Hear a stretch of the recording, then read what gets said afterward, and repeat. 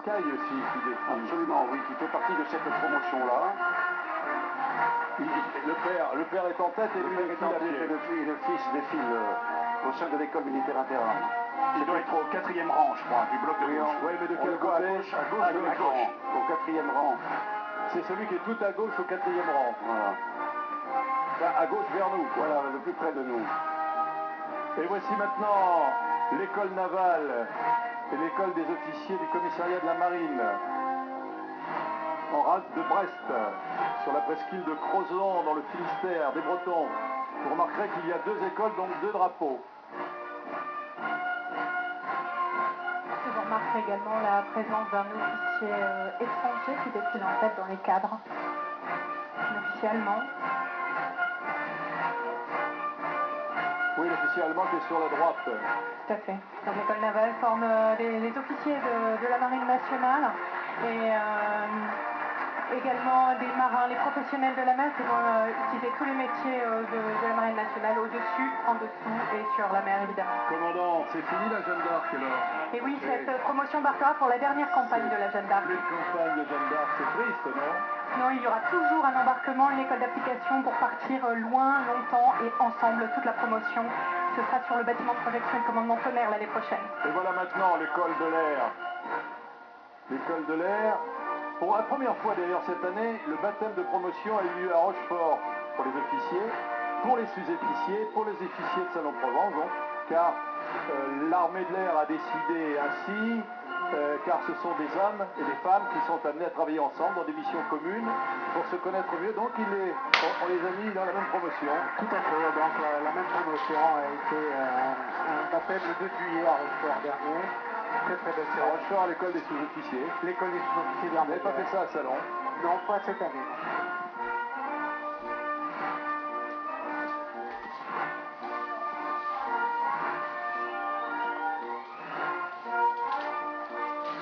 Et voici l'école du service de santé des armées, dont la mission est d'assurer la formation initiale des médecins, pharmaciens, vétérinaires et chirurgiens dentistes destinés aux forces armées. Avec 2 écoles en fait, Bordeaux et Lyon-Bron.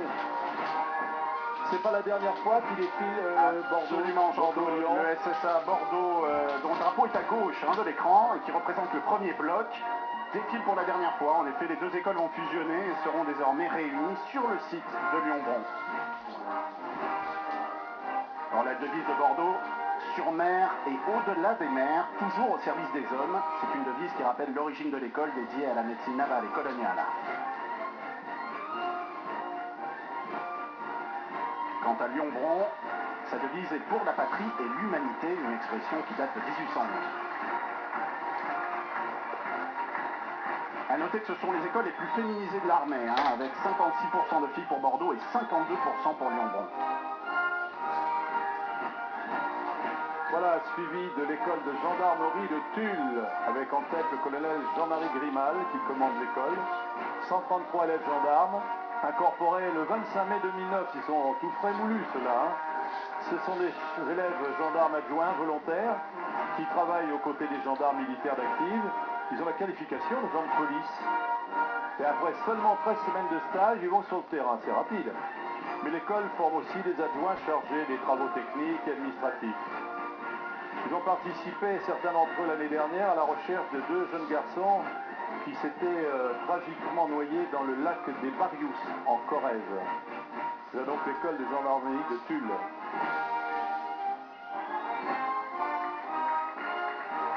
Ah oui, les gendarmes ont autant de succès que les Indiens.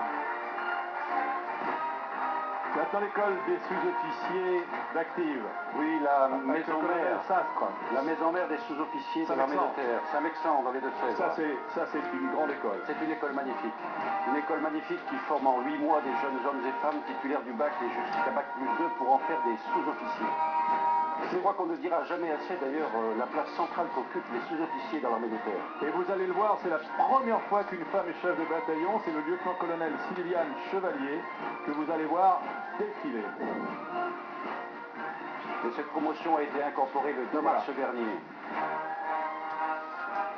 En général, sans sous-officier, pas de structure dans l'armée. Absolument, sans sous-officier, pas de relais efficace de l'action des officiers. sous-officiers, pas de commandement rigoureux et bienveillant des soldats, pas d'efficacité opérationnelle. Ils ont la réputation d'être ceux qui défilent le mieux. Ou pas. Ils sont extrêmement rigoureux et ils sont très fiers. Le chef de corps, le colonel Sastre, qui défile en tête, a également son fils dans la promotion qui défile derrière lui. L'école de Metz-France, située à Brest, elle fait partie du groupe d'instruction navale. Et c'est le capitaine de frégate Gabriel Streff, le directeur, qui défile en tête, suivi du drapeau de l'école des Mousses et d'une compagnie de 72 hommes et femmes. Oui, cette promotion porte d'ailleurs le nom du maître principal Frédéric Paré, qui est tombé au combat en 2006 en Afghanistan. Il était infirmier au service des commandos marines. Et c'est un bien bel hommage que lui rend la promotion aujourd'hui de l'école de Metz-France. Vous avez parlé du drapeau de l'école des Mousses en tête. Effectivement, il va être rétrocédé à l'école des Mousses qui réouvre ses portes. La fameuse école des Mousses réouvre en septembre. Elle incorpore 150 jeunes sans diplôme pour leur offrir un emploi plein d'aventures passionnants dans la marine. Voilà pour l'école de Metz-France. Suivi immédiatement de l'école de formation des sous-officiers de l'armée de l'air, située sur la base aérienne 721 de Rochefort. C'est le pool unique de formation des sous-officiers depuis septembre 98. L'école qui intègre chaque année plus de 1000 jeunes hommes et femmes en provenance du monde civil, dont elle assure la formation militaire initiale et la formation professionnelle.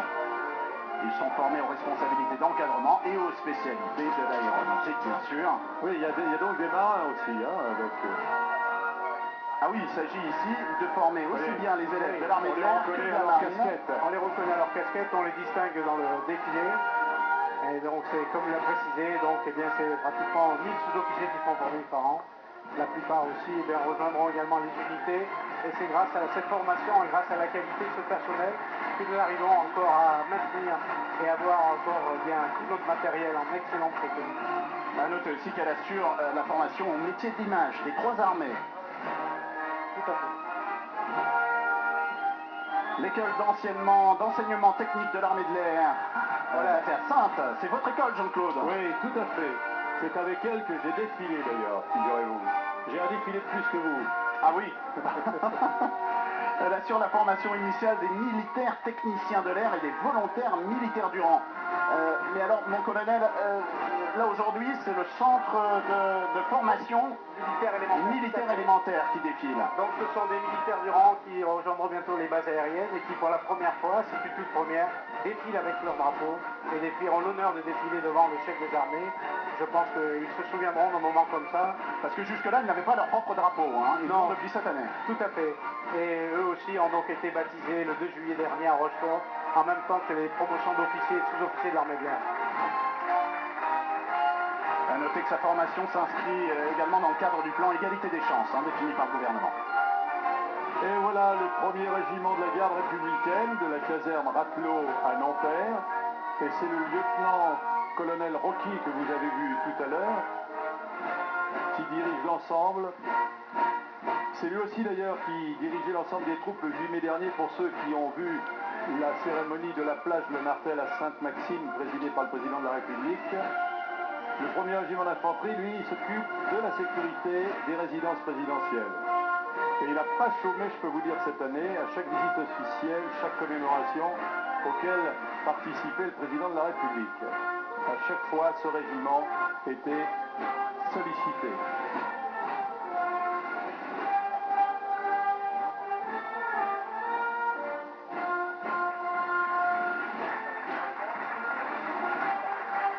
Voilà donc le régiment de la garde républicaine, le deuxième régiment maintenant de la garde républicaine, réparti dans les casernes Kellermann, Babylone, Tournon, tout à peu près à Paris, aux ordres du colonel Philippe Quignotte. Alors leur mission, eux, c'est d'assurer les honneurs lorsque François Fillon, le Premier ministre, reçoit l'hôtel Matignon, ou encore lorsque Gérard Larcher, le président du Sénat, vous le savez, donne une réception. Ils font l'aide d'honneur aussi au président Accoyer lorsqu'il entre dans l'hémicycle du Palais Bourbon.